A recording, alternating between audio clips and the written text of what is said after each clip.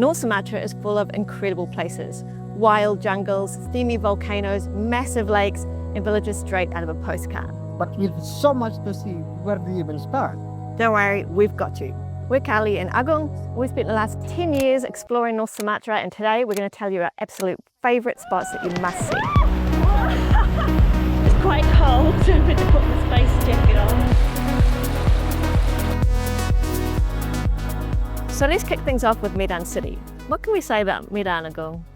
Do we have to talk about it? Okay, to be honest, Medan isn't one of our highlights in North Sumatra, but it is likely that you'll be starting and finishing your trip here, so we do need to talk about it. Most people start their Sumatra trip at Kuala Namu Airport, just outside of the city. We have a really useful video about arriving in Kuala Namu Airport and guide you through all the process, so the link will be in the description.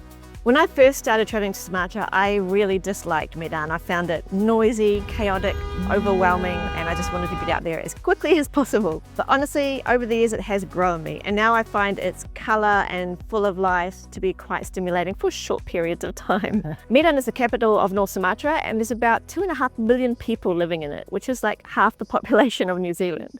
It's well known for its foodie scene, its architecture, its history, and there's actually some pretty cool places you can visit in the city. Some of the best places include Maimun Palace and Grand Mosque, and also Chong Ivy Mansion. There are plenty of restaurants, bars, hotels, and more to choose from. If you need to do some shopping before you're heading to the jungle, this is the best place to do it. Just remember that Medan is a very different city than somewhere like Kuala Lumpur or Singapore. It's not very walkable and it's not that attractive overall, but it is really easy to get around with things like Grab and Gojek. Sumatra is pretty safe to visit, but like the other big city in the world, you need to be a bit careful in Medan. Medan is a good start and end point to your trip, but we know your holiday time is precious, so we think there are much better places you can spend your time away from the city. So now that we've got Medan out of the way, sorry, no offense Medan, it's nothing personal, it's time to leave the concrete jungle and go to the real jungle, to the Gunung Leuser National Park. This is why most people visit Sumatra, to head into the jungle in search of orangutans and other amazing wildlife. If you go jungle trekking in North Sumatra, this is where you're heading. Gunung Leuser National Park is one of the biggest protected area in Indonesia. It's the only place in the world that is home for a big four like Sumatra orangutans, tigers, rhinos, and elephants. And it's big. The national park covers around 8,000 square kilometres, but it's part of the much larger Leuser ecosystem, which covers a mind-blowing 26,000 square kilometres. My first trip to the Sumatran jungle happened about 16 years ago, and it was literally life-changing. I had worked with captive orangutans as a zookeeper, but I had never set foot in their jungle home before. I'll never forget my first time trekking the rainforest, the intensity of the heat, the overwhelming sounds of the rainforest is really deafening.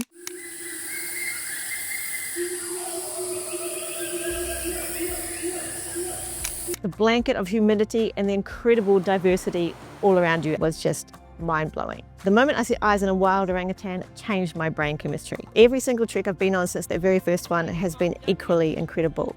If you're heading to the Gunung Leuser National Park, there are a few different villages you can base yourself at in North Sumatra. Let's look at our favourite jungle villages. Starting with the most well-known, Bukit Lawang.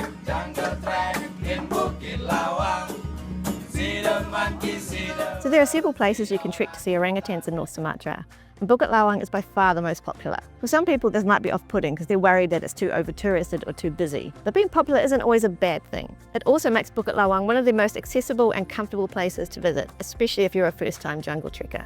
Bukit Lawang is about 3 to 4 hours from Medan, and it's right by the edge of National Park. It's a beautiful little village next by the river, and there are dozens of restaurants, guest houses, bars, and souvenir shops here. There are plenty of things to do in Bukit Lawang, like village tours, tubing, cooking classes, or visiting the bat cave. But of course, the most popular thing to do is go jungle trekking. Guys, big news. This is our first ever sponsored video. But wait, please don't skip this part, because we're about to introduce you to something that you need if you're going to visit North Sumatra. Drum roll, please. A huge thank you to our newest sponsor, Exploring Sumatra. That's us, by the way. And our amazing new ebook, the North Sumatra Travel Guide and Itinerary Planner.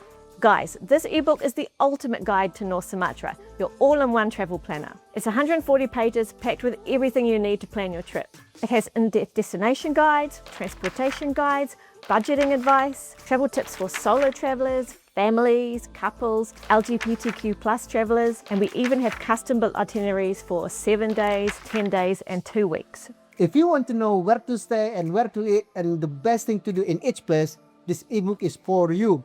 It's the most detailed North Sumatra guide out there and save you a lot of hours research.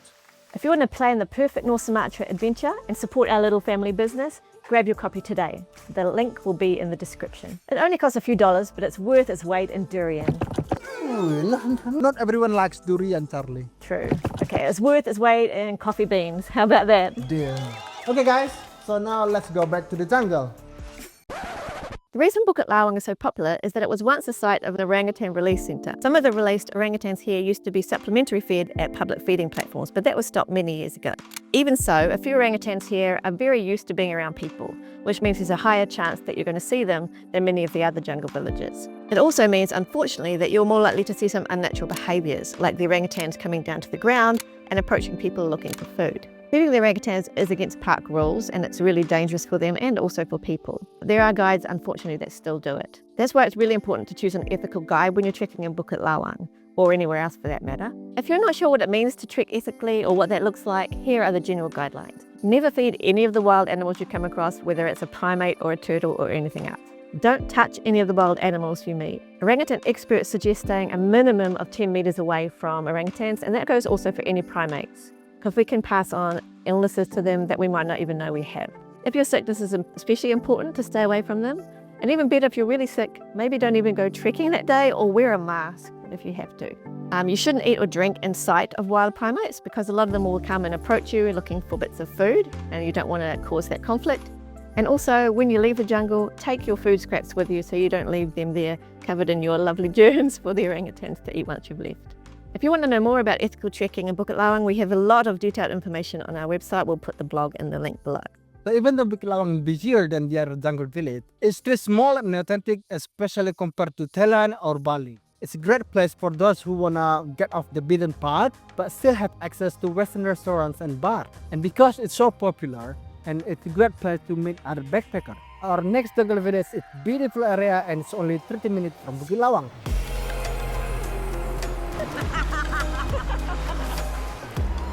Batu also sits by the edge of the river and next to the Gunung Leuser National Park. But it is quite different from Bukit Lawang.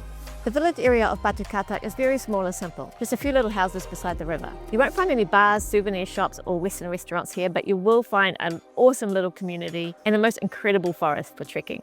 There are about half a dozen guest houses just outside of the village, suitable for any kind of traveller. But the most special thing about Batu Katak is something you are unlikely to find anywhere else in North Sumatra: the world's largest flowers. The forest around Batu Katak is the perfect habitat for two giant species of flowers to grow, Rafflesia and Amorphophallus platinum. They are always in bloom, and it can hard to know when they will be. But if you get lucky with your timing, you can trek to see them for yourself. There are plenty of other amazing species to see here too.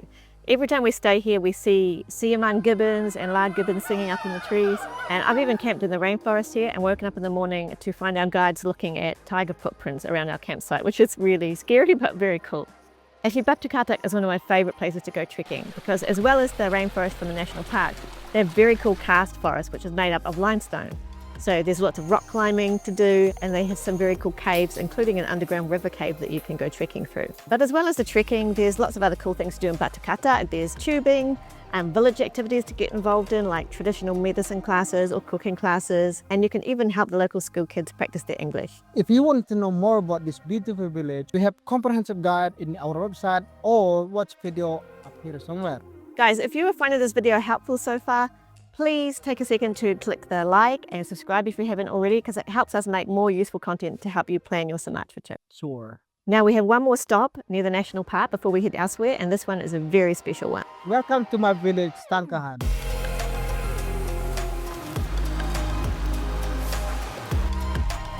I live and work here for 7 years, and this is where I met my wife. This village called the Hidden Paradise, and it is really it. It's the most beautiful village next by National Park, in my opinion. The scenery is awesome, near the waterfall, hot spring. You gotta come to this village, guys. People here are lovely. There are a lot of wild animals like orangutan, even gibbon, even wild elephant. Yeah, I couldn't agree more. Tangkahan is incredible. When I first visited, I only planned to stay a few weeks, and I ended up staying there for years, and that's even before I met this guy, so it's a really cool place.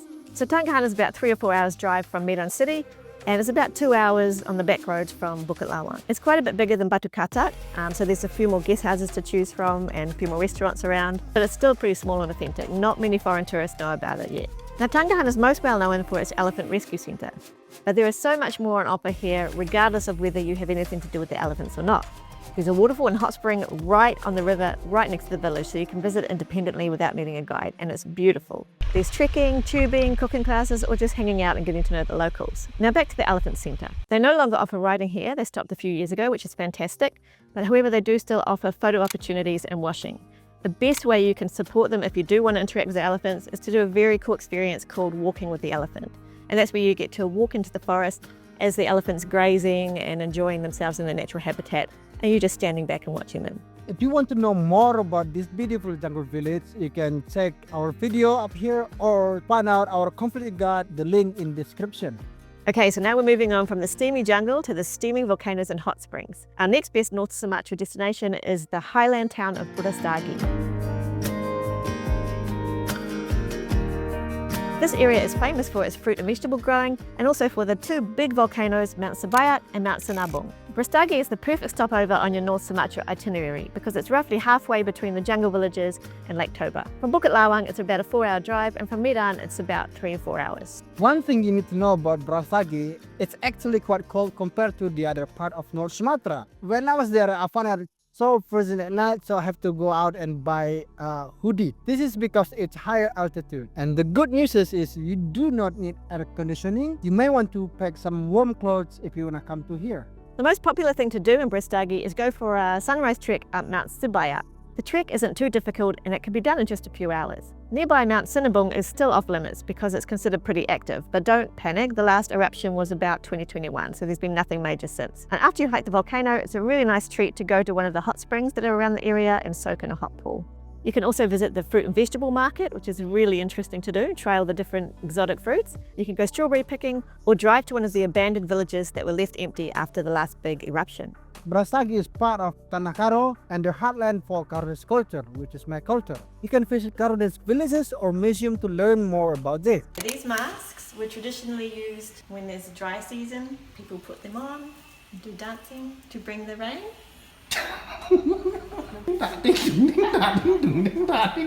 There's one other must-visit place nearby Berastagi. It's called the Peso Peso Waterfall. At 120 meters tall, this is one of the tallest in all of Indonesia, and it's so worth visiting. It's a really good idea to stop in if you're heading from Berastagi to Toba, or if you're just staying in Berastagi, it's a bit of a day trip. Okay, so that brings us to our final place in our best of North Sumatra, and that just happens to be home sweet home, which is incredible Lake Toba. So I first visited Lake Toba about 12 years ago as a solo traveller. I'd never even heard of it, I just found it randomly online, but there was hardly any info and I didn't know what to expect. But the minute I boarded that ferry and started crossing the lake, I knew deep in my soul that I had just discovered the most magical place of my life. I ended up staying a whole week longer than I had planned. I came back every holiday I could for the next 10 years, and finally now I got to fulfill my dream of calling Samosir Island home. Imagine an enormous crater lake surrounded by mountains, and in the middle of the lake it's called Samosir Island, an island the size of Singapore. Guys, these places are stunning and beautiful. It's amazing that it's so unknown yet. And there's so much to love about Lake Toba. The perfect climate, never too hot and never too cold. And it's so easy to get around by scooter, and there's a lot of things to see. And it's also so easy to get to. It's about 3 to 4 hours from Medan, and it's about 45 minutes ferry ride from Parapat. Lake Toba is also unique because it's home to the Batak Toba people.